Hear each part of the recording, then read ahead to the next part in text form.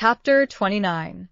I kept silence for a little while, thinking of what Strove had told me. I could not stomach his weakness, and he saw my disapproval. "You know as well as I do how Strickland lived," he said tremulously. "I couldn't let her live in those circumstances. I simply couldn't." "That's your business," I answered. "What would you have done?" he asked. She went with her eyes open. If she had to put up with certain inconveniences, it was her own lookout. "Yes, but you see, you don't love her." "Do you love her still?" "Oh, more than ever. Strickland isn't the man to make a woman happy. It can't last. I want her to know that I shall never fail her." "Does that mean that you're prepared to take her back?" "I shouldn't hesitate." "Why, she'll want me more than ever then. When she's alone and humiliated and broken, it would be dreadful if she had nowhere to go." He seemed to bear no resentment. I suppose it was commonplace in me that I felt slightly outraged at his lack of spirit. Perhaps he guessed what was in my mind, for he said, "I couldn't expect her to love me as I loved her. I'm a buffoon. I'm not the sort of man that women love. I've always known that. I can't blame her if she's fallen in love with Strickland." "You certainly have less vanity than any man I've ever known," I said. "I love her so much better than myself. It seems to me that when vanity comes into love, it can only be because really you love yourself best. After all, it constantly happens that a man, when he's married, falls in love with somebody else. When he gets over it, he returns to his wife, and she takes him back, and everyone thinks it very natural. Why should it be different with women?" "I dare say that's logical," I smiled, "but most men are made differently, and they can't." But while I talked to Strove, I was puzzling over the suddenness of the whole affair. I could not imagine that he had had no warning. I remembered the curious look I had seen in Blanche Strove's eyes.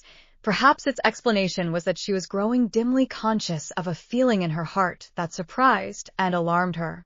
"Did you have no suspicion before today that there was anything between them?" I asked. He did not answer for a while. There was a pencil on the table, and unconsciously he drew a head on the blotting paper. "Please say so if you hate my asking you questions," I said. "It eases me to talk." "Oh, if you knew the frightful anguish in my heart." He threw the pencil down. "Yes, I've known it for a fortnight. I knew it before she did. Why on earth didn't you send Strickland packing?" I couldn't believe it. It seemed so improbable. She couldn't bear the sight of him. It was more than improbable. It was incredible. I thought it was merely jealousy. "You see, I've always been jealous, but I trained myself never to show it. I was jealous of every man she knew. I was jealous of you. I knew she didn't love me as I loved her. That was only natural, wasn't it? But she allowed me to love her, and that was enough to make me happy. I forced myself to go out for hours together in order to leave them by themselves. I wanted to punish myself for suspicions which were unworthy of me, and when I came back, I found they didn't want men at Strickland. He didn't care if I was there or not, but Blanche. She shuddered when I went to kiss her. When at last I was certain I didn't know what to do, I knew they'd only laugh at me if I made a scene. I thought if I held my tongue and pretended not to see, everything would come right. I made up my mind to get him away quietly, without quarreling. Oh, if you only knew what I've suffered." Then he told me again of his asking Strickland to go.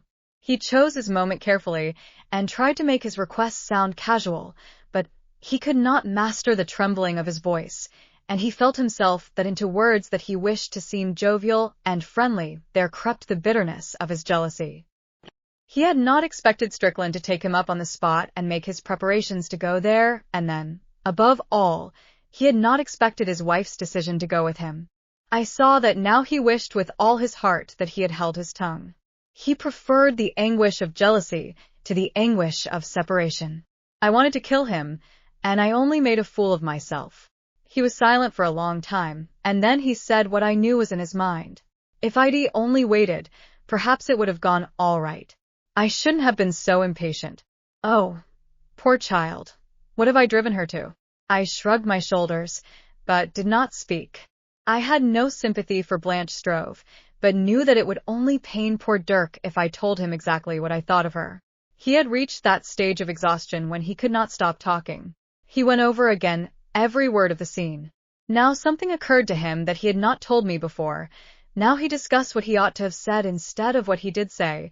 Then he lamented his blindness. He regretted that he had done this, and blamed himself that he had omitted the other. It grew later and later, and at last I was as tired as he. "What are you going to do now?" I said finally. "What can I do? I shall wait till she sends for me. Why don't you go away for a bit?" No. I must be at hand when she wants me." For the present he seemed quite lost. He had made no plans. When I suggested that he should go to bed, he said he could not sleep. He wanted to go out and walk about the streets till day. He was evidently in no state to be left alone. I persuaded him to stay the night with me, and I put him into my own bed. I had a divan in my sitting room, and could very well sleep on that. He was by now so worn out that he could not resist my firmness. I gave him a sufficient dose of veronal to ensure his unconsciousness for several hours. I thought that was the best service I could render him.